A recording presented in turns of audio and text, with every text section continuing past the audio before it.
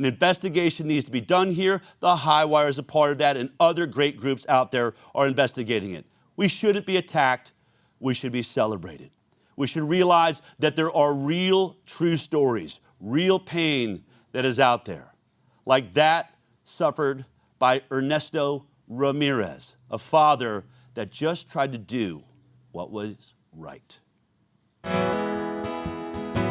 I'm the father of Ernesto Ramirez Jr.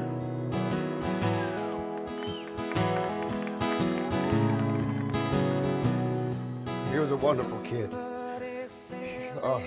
Since day one, I was a single parent, and I raised him, fed him, diapers. I did everything for him. It was my job to protect my son. My son received the vaccine, and he died a few days later. The only explanation that was given to me was an enlarged heart. The world not to trust their own eyes. My government lied to me. They said it was safe. We're wrong. They're keeping the truth for their power and gain. I sent his autopsy, which took me 3 weeks to get, to a specialist, and he said my son's heart was over double the normal size, and it had chemicals from the vaccine surrounding it, which causes death. All the lies you've been fed. Some of you just go along. They need to quit pushing this on their children. I lost mine. Y'all need to protect yours. I hold this rose in remembrance of my baby boy and the many others who have lost their lives, including those who have taken their lives. Sisters behind. You told it's the best thing to do. I love the hell out of my country, but I don't trust my government anymore. We need to take our country back. We need to fight for our freedom again. We shouldn't be forced into doing what they want us to do, knowing the outcome. This thing is not safe, it's not effective. And they say it's worth the risk. It wasn't worth the risk to me. My son was the world. He meant the world to me. They could never give him back to me. That's all I want is my son back. The battle's been violent and strange as they lock us indoors in a prison of this silent war. This is no longer just justice for my son. This is justice for the whole world.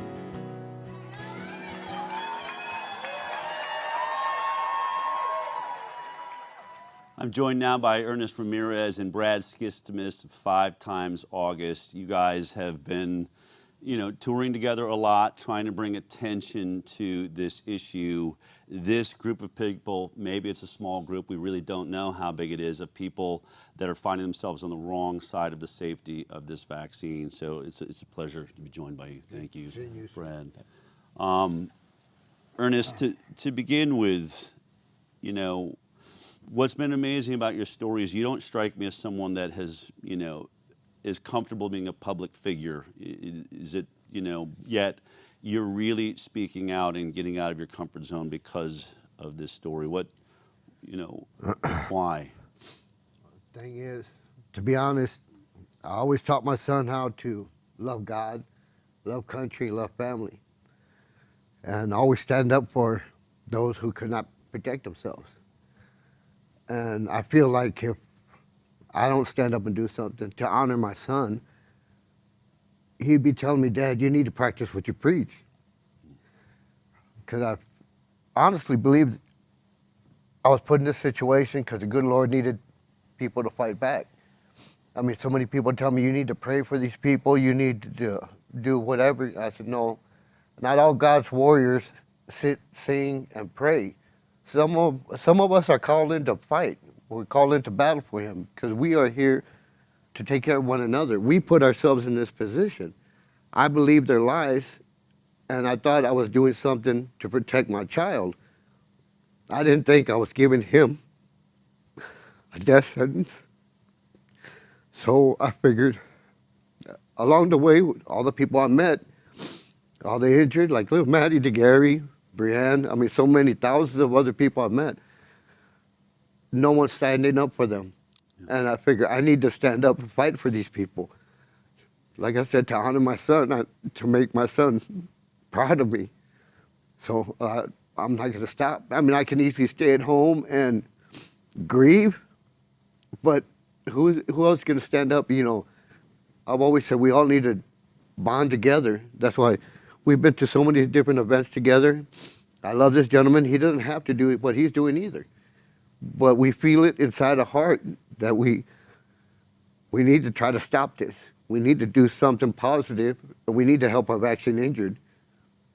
Because, you know, like I said, our government's not helping them.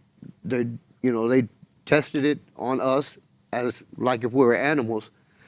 And now that we're either injured or deceased, they just sweep us under the carpet and keep going forward, and they keep pushing it. Yeah. So I need to continue doing this. You know, nobody's going to stop me. You know, and no one's going to try to scare me into keeping quiet. You know, I welcome it. You know, I don't mind. I mean, if this is my job, so be it. Until the day the good Lord takes me home. Brad, you know, as a musician, you know, you've been one of the great voices, and there's something so powerful that art can do that I don't think anything else can do. But you've put yourself in a firing line. You know, as you watch Neil deGrasse Tyson, I talked about he's got a documentary attacking me and those like me, and I know that you've been attacked for taking your music and supporting this group of people. Why are you doing it? I mean, what is the motivating factor for someone like you that isn't injured? And my understanding, none of your children got injured by the COVID vaccine. Is that right? Not by the COVID vaccine. My oldest son was injured by his early childhood shots. And so a lot of this was just already in our ether before the COVID era. But Ernest was actually at the first rally that I played at when I started speaking out through my music. And I heard his story, and it just punched me in the gut. And over the course of the last couple of years at other rallies, I've met the injured, I've talked to them and heard their stories and seen what they're going through. And simultaneously, I'm watching nobody in music or art in general speak up or you know, help these individuals. In fact, I saw the Pfizer campaign recently, the No Plan Go one recently with Pink and Questlove and whoever else it was, John Legend. And they're collecting a check on the backs of the injured, pushing big pharma propaganda. I thought, I'm going to do the opposite of that. I'm going to use my music as a tool to help bring the conversation forward, because there's a layer of a culture war here where we're oftentimes, you know, we can argue about data and statistics, which doctors said what, but through art and music, I think that there's an emotional level when you introduce these stories to people, and you're seeing individuals who are running marathons who are now having to relearn how to walk because of this situation. These stories need to be at the forefront of the last 3 years of the conversation, and they're continually suppressed and even mocked at. So I just sort of felt like I have this tool, this album. If we can, you know, get some support behind it, have it go up the charts even. And people, you know, on the outside are looking in, going, why is this little indie album beating out all these major players? The answer is, well, he's raising money for the people who've been injured by the COVID shot. And it becomes more real. You have a campaign going right now. This is the new full-length album, Silent War, 5 times August. Hashtag Fight for You is your campaign. If people, I understand if we go to 5timesaugust.com and /Fight for You. Tell me how this works. How does this benefit work? How does the funding going? Where's it going?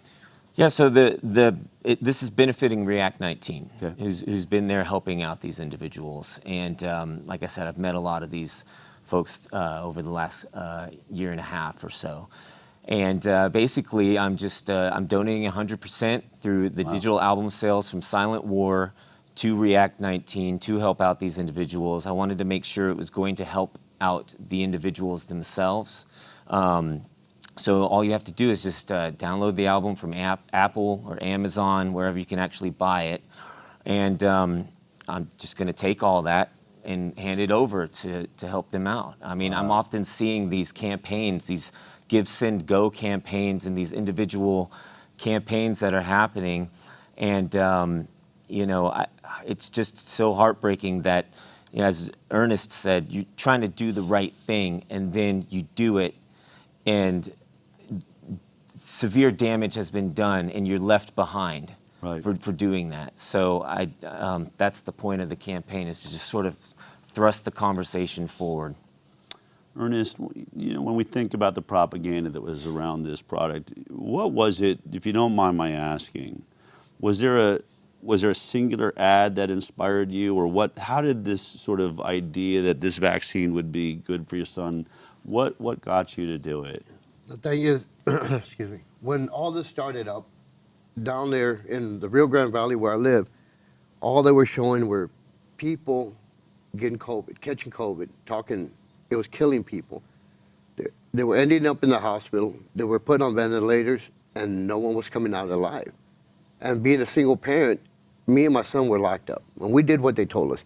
At first, I started using sanitizer, face masks. We didn't go out unless we really had to. And I went and took the Moderna, so I wouldn't, because I was the only one in and out. And so I thought I wouldn't bring COVID home to my son. Then Pfizer came out, and I mean, like I said, on a regular basis, they were constantly showing these where people were just dying on the respirators, the ventilators. And I said, well, Pfizer said it's safe for teenagers. And I asked him, I said, you want to go get the vaccine? They're saying it's safe. He goes, sure, Dad. Like I said, we're best friends. He was my best. So that's the only reason I did it. I thought I was protecting my son. I thought, there's no way in the world I wanted to see him in the hospital. And they weren't allowing people to be with their families. And I would have fought my way in there, because I wouldn't have left him in the hospital alone. So just being that scare tactic they used on us, I took him to get the vaccine, and he didn't show any side effects or anything. Like I said, every day was a normal day. I would wake him up, get ready for school. I'd give him a hug and a kiss and tell him to call me if you need anything. And then same thing in the afternoon. I'd give my son a hug and a kiss, and just get to start on their day. And that's why I said I reached out, emailed, called, tried to get in contact with Biden all this time. How long after the vaccine? 5 days. 5 days later? 5 days. He was my neighbor. She's real good people. They've been there for me and my son. They would always check on me and Junior all the time. Are you okay? And they would want to send us food. But like I said, we live paycheck to paycheck. We're doing good. My son didn't lack anything. Her son was Junior's best friend. They were like brothers. So she asked me if she could take him out to eat, and I wouldn't let him out. That was the first time I let him out, because he took that first dose, and I thought my son was protected. So I met him at the front door. I gave him some money, and I gave him a hug and a kiss. I didn't realize that was the last time I was going to talk to my son. She said they went to eat, and they were playing games. Then she took him to the park. She told me they got off the truck, and they started running across the parking lot, and that's where he collapsed. He just collapsed, no signs of anything. And she called me hysterical, and I couldn't believe it. I wouldn't believe it, because that's my son. Nothing could happen to him. So I raced over there, and they wouldn't let me on the ambulance. They wouldn't let me ride with my son. So I chased the ambulance all the way to the hospital. And like I said, these people, they like nothing.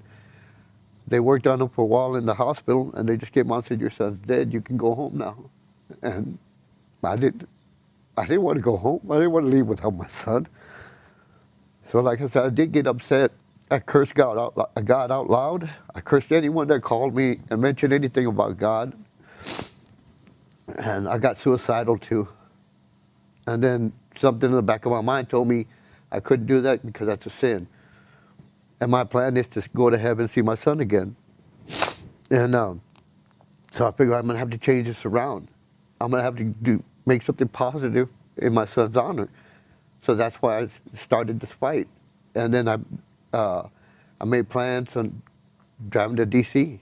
Senator Ron Johnson contacted me, asked me, he heard what I was planning on doing. I told him I'm going to ride my motorcycle to D.C. and try to get some attention, get some answers.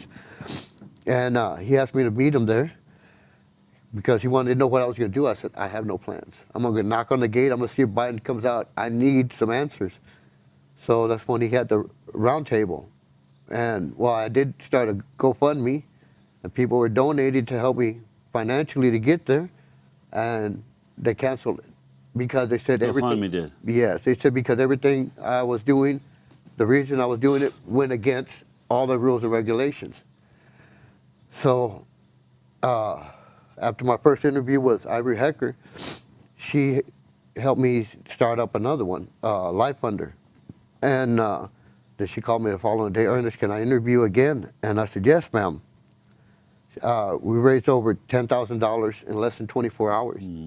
So that's when I went up there to meet Senator Ron Johnson, and that's when the battle started. I met Brianne Dressing, co-founder of React 19, Dr. Joe Walskog, little Maddie DeGarry, a sweet little girl. I mean, like I said, unfortunately, I have met thousands of injured and grieving families along this way. Yeah. And the only good thing out of it is I have another family now, and they actually give me the energy to continue. If I stay at home, I do get, in my feelings, and I don't want to do anything or go anywhere. But seeing these people, just their smiling faces, even though they're suffering, they give me energy to fight harder for them. Because, like I said, nobody's worried about them. Nobody's trying to help them financially. They need thousands, millions of dollars to get them all back to hopefully a normal lifestyle again. Yeah. Well, you're truly a hero. So many people could really just stay in their home. Really, it's obvious. I don't think it's lost to anyone. What that experience would be like when I think about my own kids. Brad, I know that's what drives you. We think about our kids as fathers. We're there to protect them. And we think of a story where you were trying to do that. The work that both of you are doing is really, really important. And of course, the Highwire, is in complete support of that. And I know you've got a great motorcycle that you're touring around in, that is sort of got images and all over it. And you have a trailer that you've made to sort of bring attention to this. And yes, it's for the vaccine injured. I have photos of a lot of vaccine injured people I've met along the way. It's not just about me and my son. It's about everyone. It's a world issue. That's what we're dealing with. It is. So that, if it has to be a rolling billboard, they can't stop me from doing what I do with my own personal property. So I'll take it everywhere I'm asked to take it. Fantastic. Thank you for joining us. Thank you for sharing your story here and everywhere you're sharing it. I know you are saving lives, and that is truly for Ernesto Jr. That's the best that you can do, is to remember him by all the children that are saved. And so I know that that's happening. I want to thank you for that, everyone. Thank you for coming in here today. Thank you, sir. I appreciate that. Brad, thank you for supporting this group. And I understand, wanted we to have you can play us a little song to sort of wrap up this conversation. Yep. Do what you do best in this arena. That'd be great. All right. Great. Cool. We got a guitar for this guy and a microphone.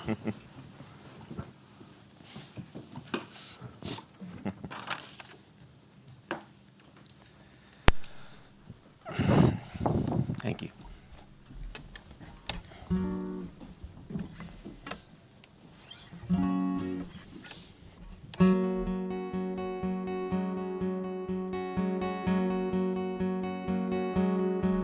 Through the madness and the lies, as they're holding back the truth, no matter what they try, I will always fight for you.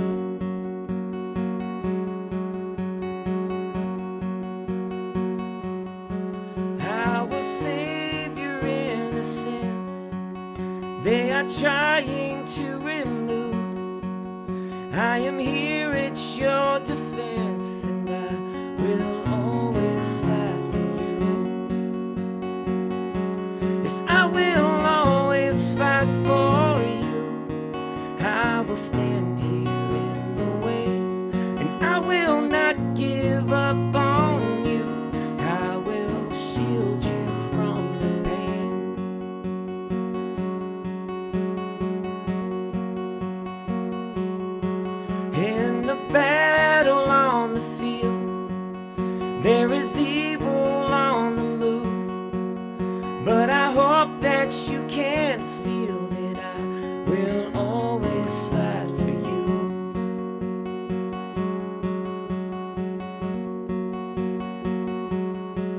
In the darkness of the times, there's a light that shines the proof. It'll soon reveal the crime, so I won't stop this fight for you.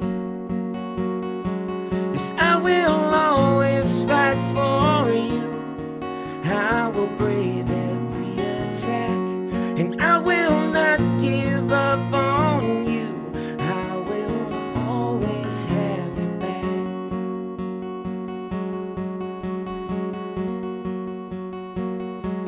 So to every single mother, father, stand up, all your sons and daughters. Do not back down, don't let up. You are all they have for armor, so make this a war to win. Look in their eyes and tell them that I will always fight for you. I will stand guard at the gate, and I will not give up on you. I will stop each shot they take. Yes, I will always fight for you. I will always fight for you.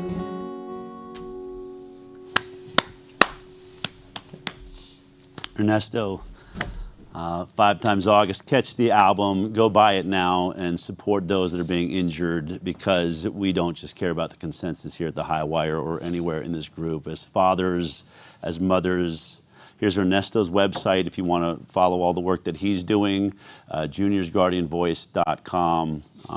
Just amazing work you guys are doing. It's an honor to know you and be a part of this journey with you. Thank you. We have more great, powerful fathers coming up later on in the show. I sit down with Julian Assange's father, John Shipton, and his brother Gabriel to discuss the documentary they've made and their incredible attempts